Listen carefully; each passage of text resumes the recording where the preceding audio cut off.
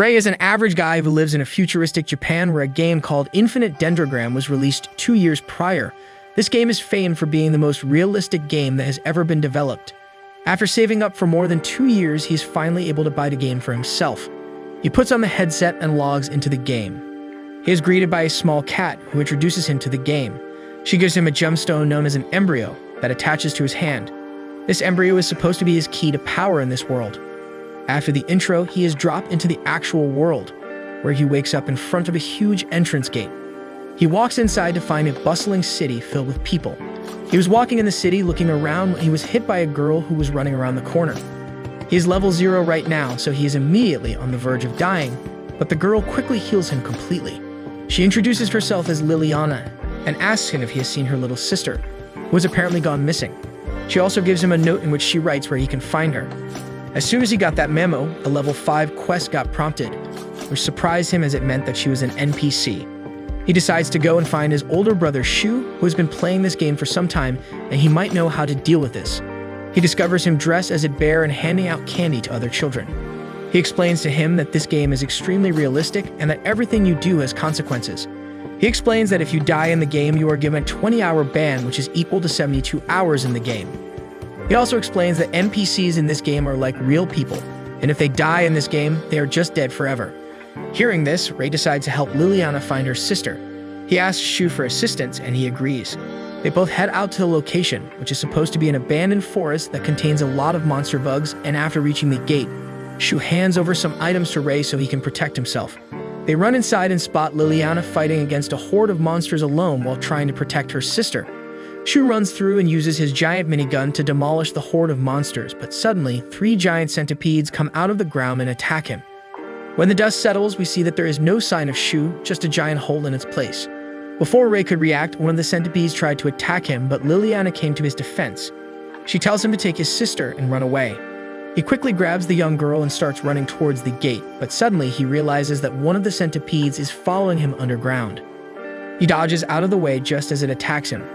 He tells the young girl to run towards the gate while he decides to take the giant bug on his own. He is no match against the monster. He is hit 3 times, and each time he has to use his health potion to get his health back. Suddenly, the centipede loses interest in him and decides to pursue the girl. Ray runs after it, but it's too late. The centipede hits the girl, flinging her up in the air. Ray jumps and catches her before she can take any more damage, saving her from dying. He now has no potions, and both he and the little girl are on the verge of death. He holds his hand up and begs for the embryo to help him. Suddenly, a girl pops out of the gemstone, introducing herself as Nemesis. She transforms into a giant sword and tells him to attack the monster right as it attacks him. The centipede comes in for the final killing blow, but Ray swings his sword, killing the monster. Liliana later heals them both, and Shu survives thanks to one of his skills, which allows him to dig through the ground. Liliana thanks him and walks back into town with her sister. The next day, Shu takes Ray to one of the guild shops and gets him some new gear, and he chooses the knight class. Shu informs him that to become an actual paladin, he needs a recommendation from another paladin. Ray quickly visits Liliana, and sure enough, she gives him a recommendation, which makes him eligible to become a paladin. Shu and Ray part ways from there, and Ray, alongside Nemesis, goes into the hunting grounds to kill some monsters and gain more levels. While killing some goblins, he notices 2 people fighting against a bunch of goblins but having some trouble. He decides to heal them from a distance, which helps give them an edge, and they kill the goblins. They thank Ray and introduce themselves as Rook, who is also a new player, and Baby, his embryo. They go together to a cafe to have some supper and part ways later, promising to join a party together one day. Later in the evening, Ray goes to a forest to grind more levels, but suddenly he is hit by something and loses some health points. He quickly turns around and spots another monster coming towards him, which he destroys. He realizes that this is not a monster, this is someone's embryo. He quickly starts running away from the area as he hears people screaming, which can only mean that one of the players is killing other players. Before he could escape, though, he was killed by the unknown player and woke up in his world. He is given a 24-hour ban, and when he returns to the game, he finds a very sad Nemesis who believes it is her fault that he died. He raises her spirits, and they go into a dungeon to kill some monsters, as the surrounding area is not safe.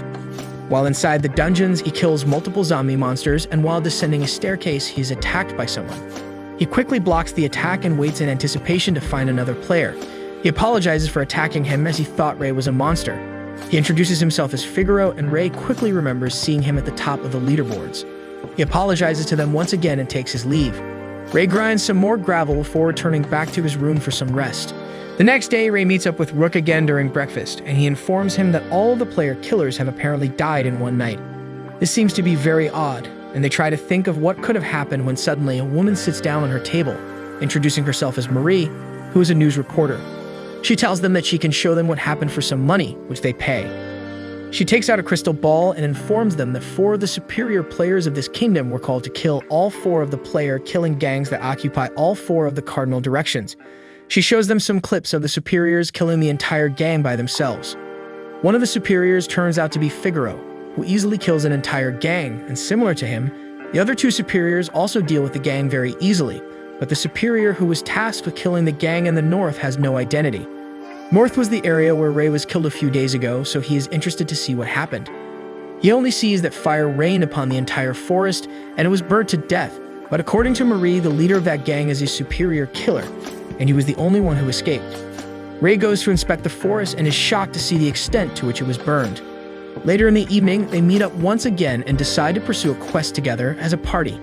They are also joined by Marie, who tells them that she is supposed to go only in that direction and would like to accompany them, to which Rook and Ray both agree. They decide to turn in for the night and meet tomorrow morning to set out for the journey. The next day, they all meet up and take a wagon that is being drawn by a rhino, which is tamed by Rook as he has learned the skills of a beast tamer. On the way, they spot a group of players surrounded by goblins. Ray and Rook decide to help them and kill all the goblins together. The leader of the caravan walks towards him to express his gratitude, but suddenly a large ogre descends from the sky and kills him. Marie tells Ray that this ogre has a huge bounty on his head, and Ray decides to fight against him. The ogre punches him, but he is able to block the attack and runs towards it to deal an attack of his own. But the ogre spurts a purple gas all around the area, which reduces his senses and his health starts declining.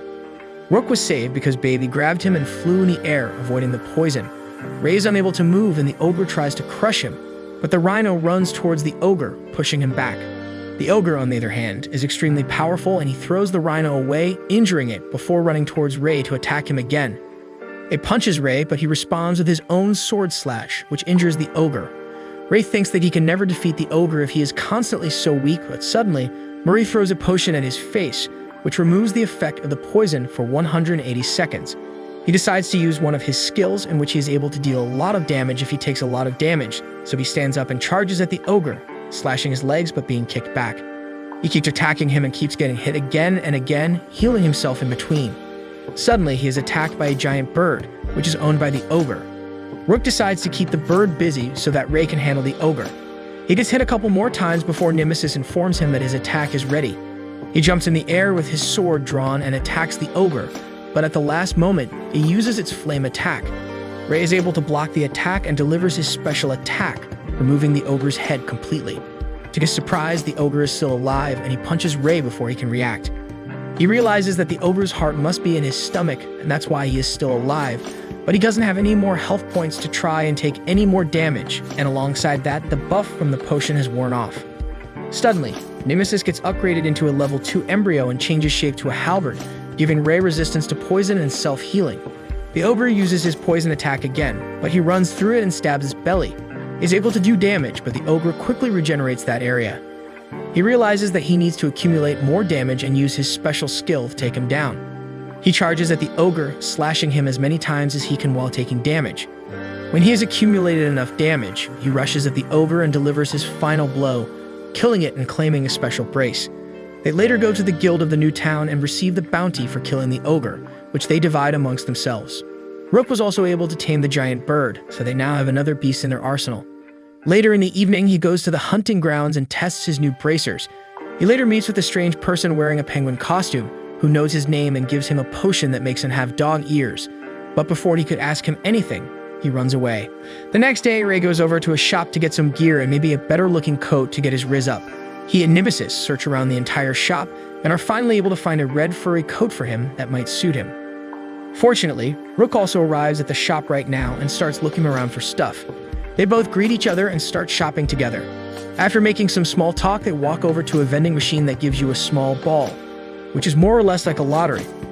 Ray buys a bunch of them from all the money that he had, but he is stupidly unlucky and doesn't get anything, while Rook buys only one ball and thankfully ends up getting a very rare pair of magical gloves that actually look very pretty, to be honest. Our sad little Ray gets one final ball, bids Rook goodbye, and walks out of the store with Nemesis. He goes to a field with Nemesis, still sad about his trash luck, but decides to open the final ball. To his surprise, however, the ball ends up being lucky for him as it contained a silver mechanized horse inside of it, which is a very rare item. He is really happy and names his steed Silver before jumping on it for a ride. He is trashed while riding, however, and the horse simply throws him off and runs away. He decides to gain the riding skill later down the line and goes back inside the town, and while walking in dingy alleys talking to Nemesis, he ends up overhearing a bunch of noises. He walks over to a corner and checks where the sounds are coming from. He is shocked to spot a poor girl surrounded by a bunch of burly men who seem to be harassing her for money. She keeps crying out to them, telling them to take the money and return her brother, but the men are in no mood to listen and are making fun of her and bullying her. Nemesis tells Ray that she is just an NPC and he should not think so much about her, but Ray, at the end of the day, is a human with emotions who cannot see a person, especially a girl in trouble, and leave her alone. To him, it doesn't matter whether she is an NPC or not. He tells Nemesis that he is going to intervene and that she should get ready. Nemesis lets out a sigh and tells him that this is the reason he gets into trouble so much, but she also smiles at him, telling him that this is one of his qualities that she admires a lot. He turns around the corner, but before he can shout at them to stop, he hears a shout from the opposite direction, telling the goons to stop. He looks in the direction and spots a young guy about his age, dressed entirely in an elegant white dress. He tells them that no one will touch a maiden while he is around. The goons look at him, but don't look impressed as all they see is a rich brat trying to play the hero. The boy, however, looks at them and for some reason throws a rose at one of the guys who is creeped out by his behavior. He tells them that his level is more than 100, which shocks the guys a little bit because that is a very high level. Even Ray is shocked as he doesn't know many people who are this high in terms of level. Ray decides to watch over them as he is sure a person who's level 100 plus can easily deal with a bunch of NPC hooligans. The pretty boy, however, isn't shutting up but keeps talking, and the goons have had enough and start running towards him.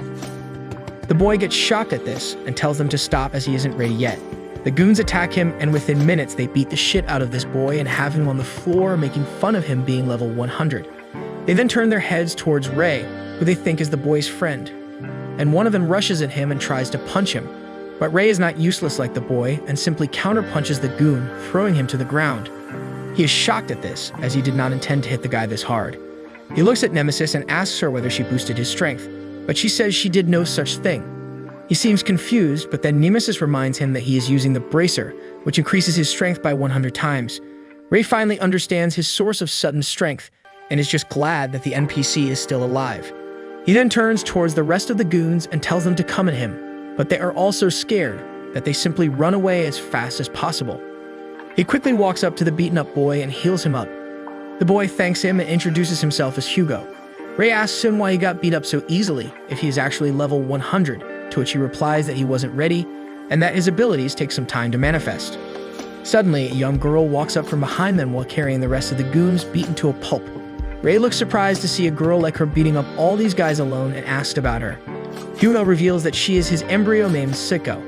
Nemesis and Sicko walk towards each other and at first don't seem to like each other, but for some reason within a few seconds, they become friends and shake hands. The girl who was being harassed runs up to them crying and asks them to save her. Hugo likes being the knight and he tells her some cliché bullcrap about how it's his job to save a damsel in distress like her.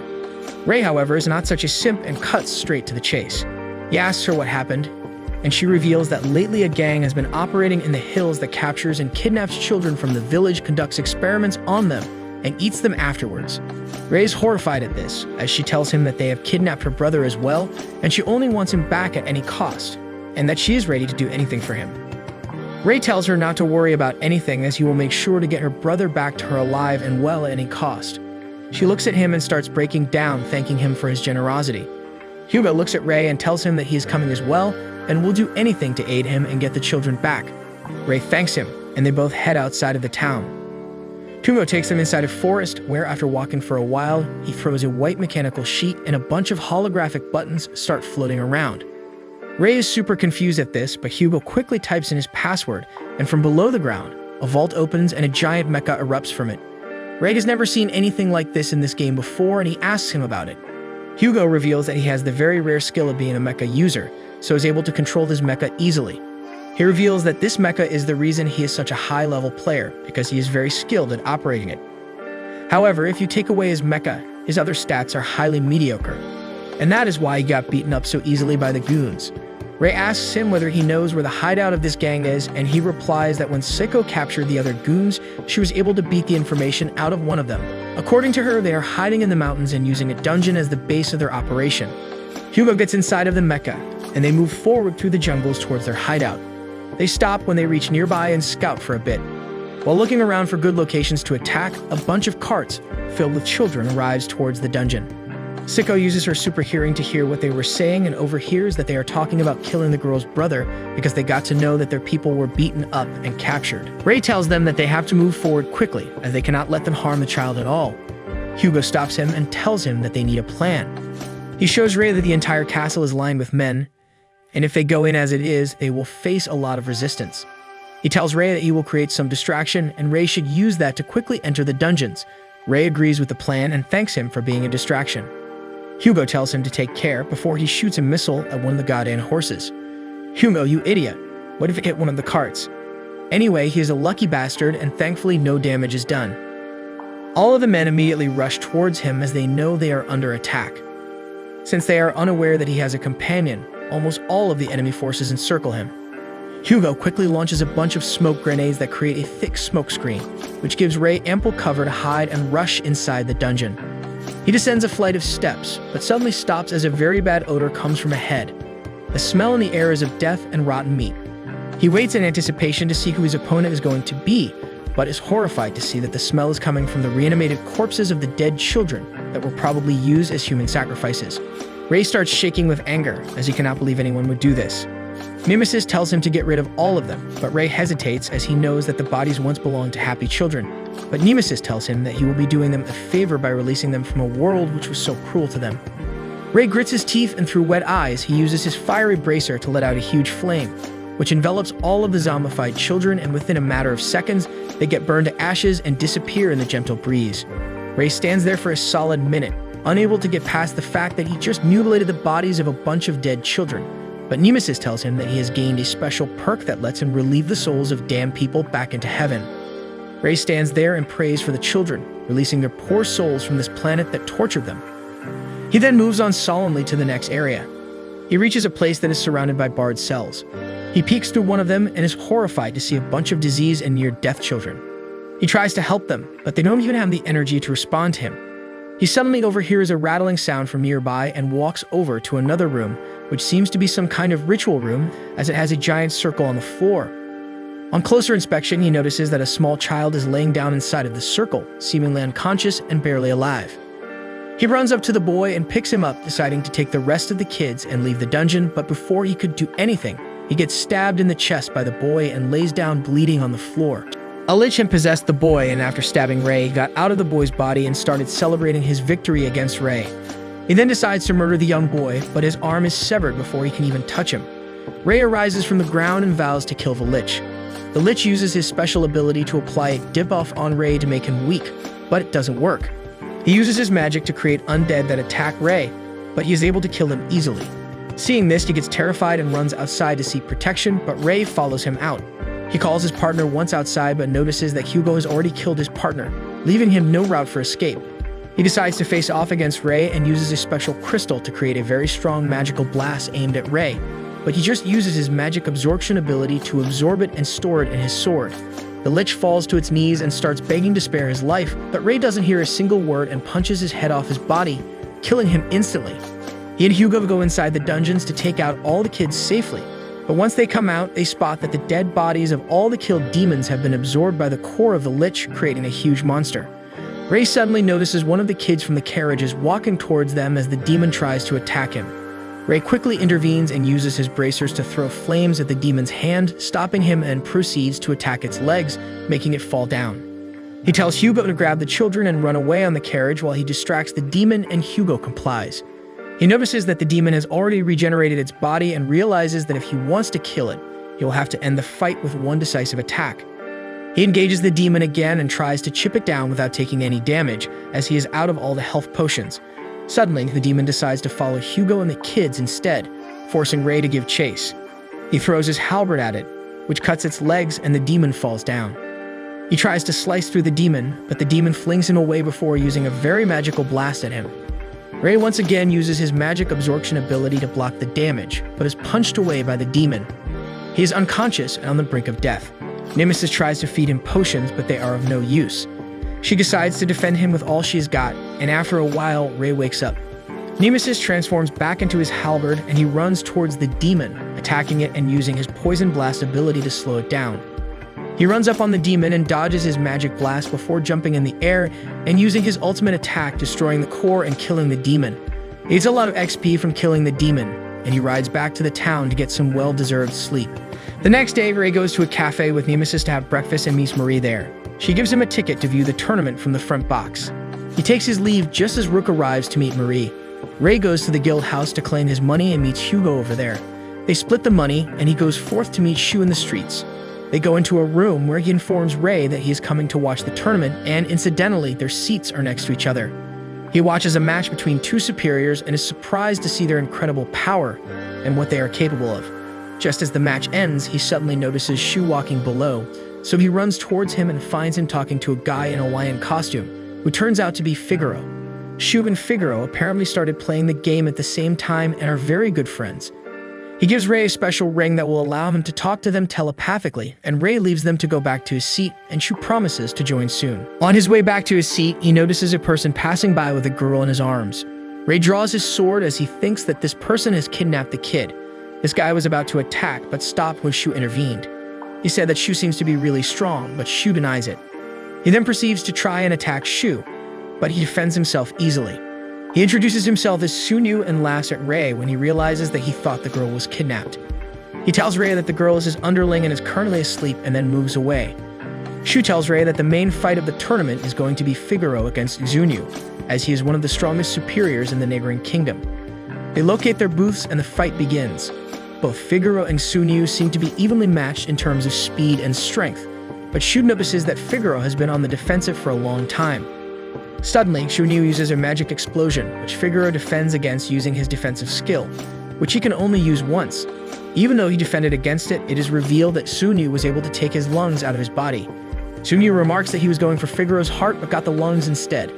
Figaro seems to be injured. He starts stripping away his gear, and suddenly, his strength and speed start increasing exponentially. Shu informs us that one of his embryo's abilities is that he gets stronger over time. Figaro takes out his superior sword, and Sunyu does the same. They run towards each other and their swords clash. We see that Sunyu's sword seems to have pierced Figaro's chest, whereas Figaro is only able to damage his arm, but suddenly, Figaro starts slashing him up, completely killing and defeating him in the process. Shu reveals that Figaro's embryonic gemstone is present in the place where his heart is supposed to be. That's why he survived. Suddenly, Figaro stands frozen in the ring, and everyone seems to be surprised. A voice is heard, and people look up to see the guy in the penguin costume whom Ray met earlier. He reveals himself to be Dr. Franklin, and everyone seems to know him apart from Ray. Every player in the arena starts attacking him, but none of the attacks get through to him. Suddenly, a bird flies up to him and transforms into a young girl whose name is Ellie, and she is the princess of the kingdom. Franklin stands on top of the shield that encircles the entire stadium and laughs at the helpless players, telling them that they can't do anything, even if they'd want to. Suddenly, one of the hot-headed players shoots a magical blast at him. Obviously, the shield blocks the magic attack, but Franklin gets interrupted, which pisses him off. He looks at the player and asks him what the hell he was thinking by attacking him. He suddenly takes out his iPhone 13 Max Pro Super Saiyan and presses a button. Suddenly, a slime-looking blue creature arises from beside that player and engulfs him completely. Within seconds, steam is emitted from the slime and the player vanishes completely when the slime disappears. Everyone is shocked at this, but Franklin merely laughs at them and tells them that the slime was one of his special creations that completely evaporates everything and anything that touches it. One of the players hurls a magic blast at the slime, which seemingly destroys the monster, but the truth is far from it. The slime simply regenerates itself and stands up again. Franklin claims that he has put these creatures in every corner of the stadium. He explains to them that he is going to release thousands of monsters in the kingdom in exactly an hour, and if they want to stop that from ever happening, they will have to either steal his iPhone Pro Max Super Saiyan or kill him.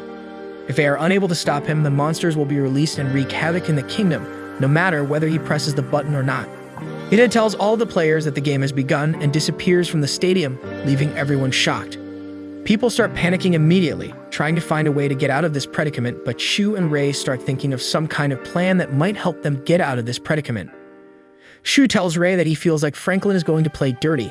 According to him, Franklin had no reason to tell them what he was going to do or how to stop him. According to Shu, Franklin plans to release the monsters no matter what.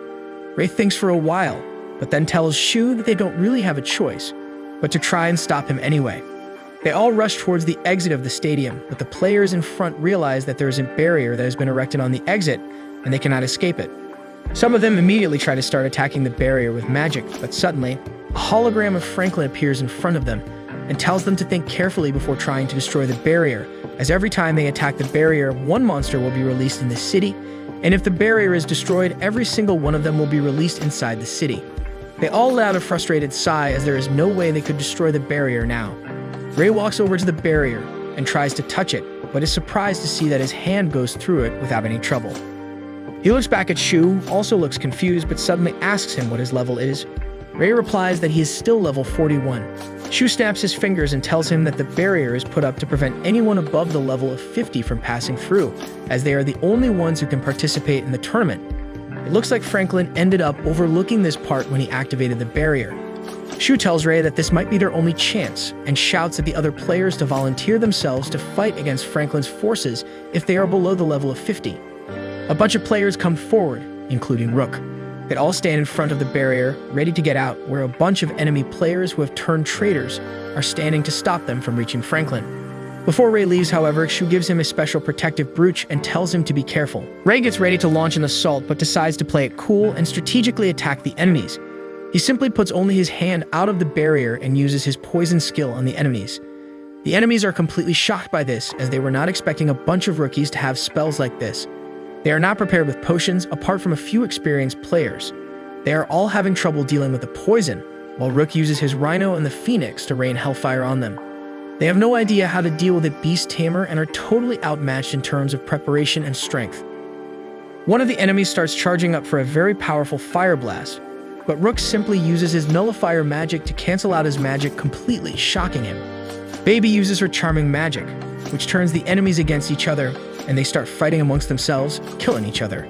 Ray moves forward, killing anyone who comes in his way, but while he was not looking, the punk again was able to charge up his fire blast magic and shoots it at Ray, hitting him. Normally, an attack like that would have killed Ray, but he had the protective brooch, which ended up saving his life. Ray immediately turns around and uses his special attack on the guy, killing him instantly, defeating the first wave of enemies. On the other side of the map, Marie has been running around to try and find Ellie, who she met earlier in a park and made friends with. She spots Franklin carrying her on his giant flying stingray and using her stealth is able to creep up right behind him, shooting him full of bullets. Before he could react, she quickly grabbed Ellie, jumped down to the buildings, and started running at full speed away from Franklin. Ellie seems to be very happy to see Marie again as she gives her Franklin's iPad or something. On it, Marie notices that she can see the positions of her allies as well as all of her enemies. This turns out to be extremely helpful as she simply dodges every single enemy that might have come in her way after looking at the map and makes a beeline for the exit. Before she can reach, however, a sudden sound is emitted from the device and Ellie converts into a bird and flies away back to Franklin. He tells Marie that he always knew she would be a problem and especially recruited someone to deal with her. There is a sudden explosion and the entire building collapses. She drops down to see a total weirdo with a bunch of mechanical animal dolls playing instruments while the dolls dance. Marie whips out her gun and gets ready for an all-out battle against this creep. Marie and a creep get into a face-off and the battle begins. Marie tries shooting him, but surprisingly, none of her bullets are able to pass through the sound barrier created by the creep. The creep finally decides to go on the offensive, and because he has 3 different animals playing the instruments, he is able to use 3 separate sound-based attacks all at once. One of the attacks is sound explosion-based magic, which she runs as fast as possible to dodge. The second attack is actually hypnosis, and the final attack is a sound blade that is sharp enough to cut the entire ground. She is thankfully able to dodge all the attacks, but this is becoming a problem as if this keeps happening, she won't be able to land even a single attack on the creep, and her stamina can't keep up to dodge all of the attacks. Suddenly, he stops playing music and tells her that it is time for a solo.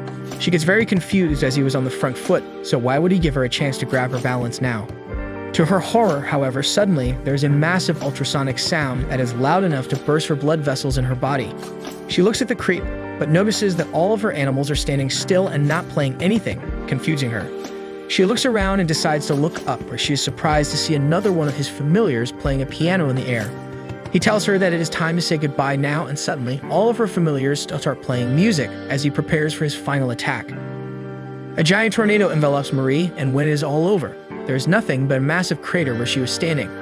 The creep thinks that he has defeated Marie and gets his healing potion out, but to his surprise, Marie attacks him from behind, delivering a lot of slashes to his back. He quickly backs off and decides to use one final attack on Marie to try and defeat her. Marie gets out a special bullet from her bag and loads it into her pistol as well. They both get into one final standoff, and they both use their special attacks at the same time.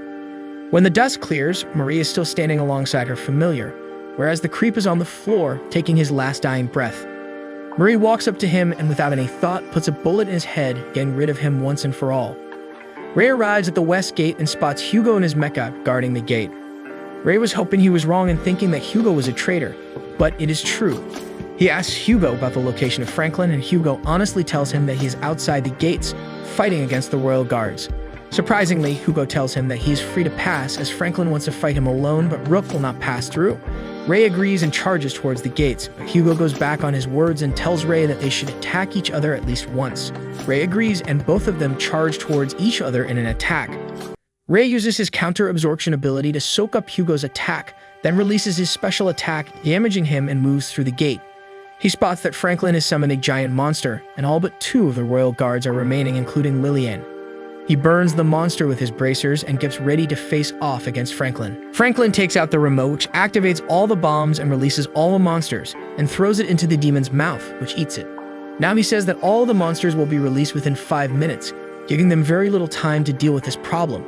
Ray charges at the demon while dodging its attacks and tries to use his special ability to kill it, but it has no effect on the demon, and he has to back off. He tries to close in on her again, but this time he gets hit and is forced to quickly back off with the help of Lillian. He comes up with a plan and tells them to back off. He then stores all of his energy into one giant explosion of compressed air over the demon, which opens a hole on top of its head.